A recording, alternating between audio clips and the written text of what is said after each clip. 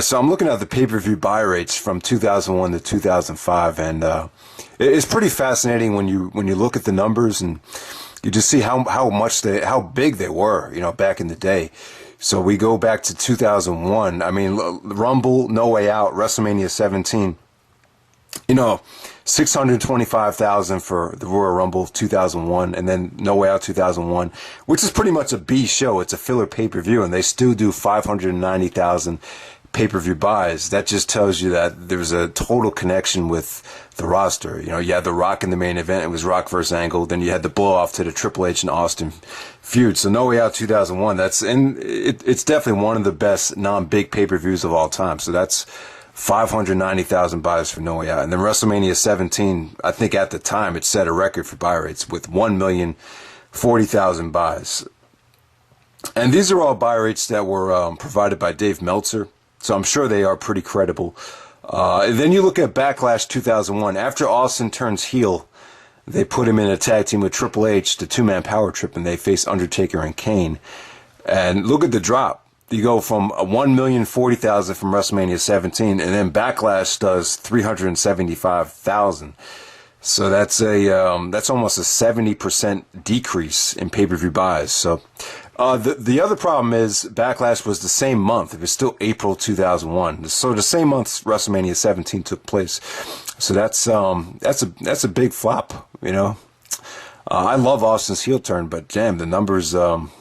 They don't back me up on that. So, Judgment Day 2001, 405,000. Austin versus Undertaker, that's not very good. King of the Ring 2001, you had a slightly bigger buy rate with Jericho and Benoit jumping in to headline the triple threat with Austin. Invasion did a very impressive 775,000. I mean, that just shows you that there was interest in the Invasion. I think probably people were hoping to see returns from Goldberg, Flair, or Kevin Nash, or some of the big WCW stars, but I think the Invasion pay-per-view was such a letdown for some people. You could definitely see the buy rates slip. Summerslam 2001 was a much better show, but it got a terrible buy rate. It only got 565,000 buys, which is pretty bad if you consider how Invasion was such a success, because SummerSlam was a much better card. And then you go to Unforgiven 2001 and you see a huge drop with 350,000 buys when you had Kurt Angle as a babyface headlining against Steve Austin as a heel. So that just shows you that the Austin heel turn wasn't really working financially. And then Angle's face turn, you can see why they turned him face so quickly. His face turn only lasted about 4 months. So then we get to No Mercy 2001, another drop off. You had Jericho going for the WCW title, and then you had Rob Van Dam putting the triple threat match. A lot of people were complaining that they should have pushed RVD, but you could tell a lot of people really weren't taking his push so seriously, because they only got 325,000, which is an even bigger drop off. And so Survivor Series 2001, you had the whole, winner take all, WWF versus the Alliance. That only got 450,000 buys, which is 300,000 buys less than Invasion. So you could just tell people just tuned out. It was pretty much just WWF versus WWF, Rock versus Austin. There really wasn't, there really wasn't, I don't think they were really bringing in the WCW diehards. And then Vengeance 2001, Jericho becomes the first undisputed champion. Got the worst buy rate of the year, so that little tournament didn't do that well. Plus, they advertised Triple H on the posters, and then when it was time to promote the actual pay-per-view, Triple H was not ready to return, so that probably hurt the buy rate. So now we go to 2002. You got the Royal Rumble with Triple H's return, 670,000 buys, and in looking at these buy rates, the thing that sticks out in my mind is that, Triple H is probably a bigger draw than I thought he was. So Rumble did a great buy rate. No Way Out 2002, the NWO return, got a great buy rate, even though I thought that show sucked. WrestleMania 18, 840,000 buys, which is down from the previous years, but you got to remember Rock and Austin was kind of rushed. Backlash 400,000, Judgment Day 373,000, pretty average numbers at the time, I guess. King of the Ring 2002 got 320,000 buys, which is, I guess that would be considered a failure, because King of the Ring is one of the biggest pay-per-views of the year, and then it does worse than Backlash and Judgment Day, so I guess maybe that's why they got rid of it. I think you could. I don't think they should have ever got rid of King of the Ring. I think you blame that King of the Ring buy rate on Triple H and Undertaker just not being a interesting match for a main event at the time. Vengeance 2002, 375,000. Rock return. So that was pretty successful. That Vengeance got a better buy rate than King of the Ring. SummerSlam 2002, the Ultra Stacked pay-per-view, the best show of all time in my opinion. 520,000 buys. That's not bad. It should have probably been bigger, but. And then we see a little bit of a drop off with the Brock Lesnar and Undertaker pay-per-views, 300,000 for Unforgiven and No Mercy. Survivor Series 2002 only got 340,000 buys for the first Elimination Chamber. I guess I kind of come to the conclusion that people just didn't know what they were going to get with the Chamber match. But, you had Shawn Michaels advertised, you had the Big Show and Brock Lesnar advertised, so, that probably hurt. You would think with HBK coming back to get revenge on Triple H, that would have got a bigger buy rate. Armageddon 2002 pretty much did just as well, only 5,000 pay-per-views short. That was headlined by Shawn Michaels and Triple H in the 3 Stages of Hell. So, for 2002, you see the numbers drop, and you'll see it even more in 2004. But Royal Rumble 2003, 585,000. Austin returns at No Way Out to get No Way Out a 450,000 buy rate, which is not bad. WrestleMania 19. No. Look at this. WrestleMania 19. 560,000.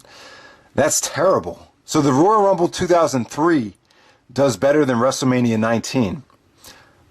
I don't know who you blame on that. I think one of the problems was Angle's neck problems hurt it, because there was rumors that Angle wasn't going to be involved. Also, you had Hogan and Vince McMahon headlining. Some people have said that Vince McMahon, and most of the promotion went around Vince and Hogan, so maybe that was a mistake. Vince pay-per-views don't do well, from what I've been told. Then you have Backlash with Goldberg versus The Rock, does 345,000, which is, I think that's kind of mediocre. But compared to WrestleMania, I guess it's not bad. Judgment Day 2003 was definitely a filler pay-per-view. The last Raw and SmackDown pay-per-view before the brand extension pay-per-views. Bad Blood 2003, very good buy rate. 385,000 with Triple H and Nash in the Hell in a Cell with Mick Foley as the guest referee. I think Foley definitely helped that buy rate. Vengeance 2003, 365,000 for that time. Pretty successful. I don't know if you attribute it to Kurt Angle's return from the neck surgery, or I think Undertaker and John Cena, I think that program really, I think Cena actually brought in a lot of viewers with some of the promos he was cutting as a heel. SummerSlam 2003, Goldberg in the Elimination Chamber, 465,000. I guess that's not bad. It's the worst SummerSlam buy rate of the 2000s. Unforgiven 2003 does very well with Goldberg versus Triple H. When Goldberg beat Triple H for the belt, that did 360,000 buys. That's not bad. Then you see No Mercy 2003, SmackDown only, Undertaker, Brock Lesnar, and the Biker Chain, 275,000. That's not good at all. I think some of the Undertaker gimmick matches got really bad buy rates. But then Survivor Series 2003, you got Goldberg and Triple H, another good buy rate, 450,000 buys, Team Austin versus Team Bischoff. So Survivor Series 2003, very, very star-studded, very good buy rate. And then Armageddon 2003, 240,000 buys. Featured Kane, Goldberg, and Triple H in a triple threat, so that got a pretty bad buy rate. And then we go to 2004, which I've just talked about in the rewind, but you can see the numbers really, really drop off. Rumble did a strong 500,000. No Way Out, SmackDown only, 265,000 with Eddie Guerrero and Brock Lesnar in the main event. That did not do well. Backlash with Benoit in his hometown in the triple threat, 295,000. That did not do well. So the big Bradshaw buy rate, everyone was saying that, well, man, the buy rates for Judgment Day with Bradshaw in the main event were not going to do very well. And 235,000 is the worst buy rate of the 2000s so far that I'm seeing. But I wouldn't say it was bad, considering, the lack of star power involved with Bradshaw in the main event. I wouldn't say that's that bad. Bad Blood 2004, headlined by Triple H and Shawn Michaels in the Hell in the Cell, does almost 300,000. That's not bad.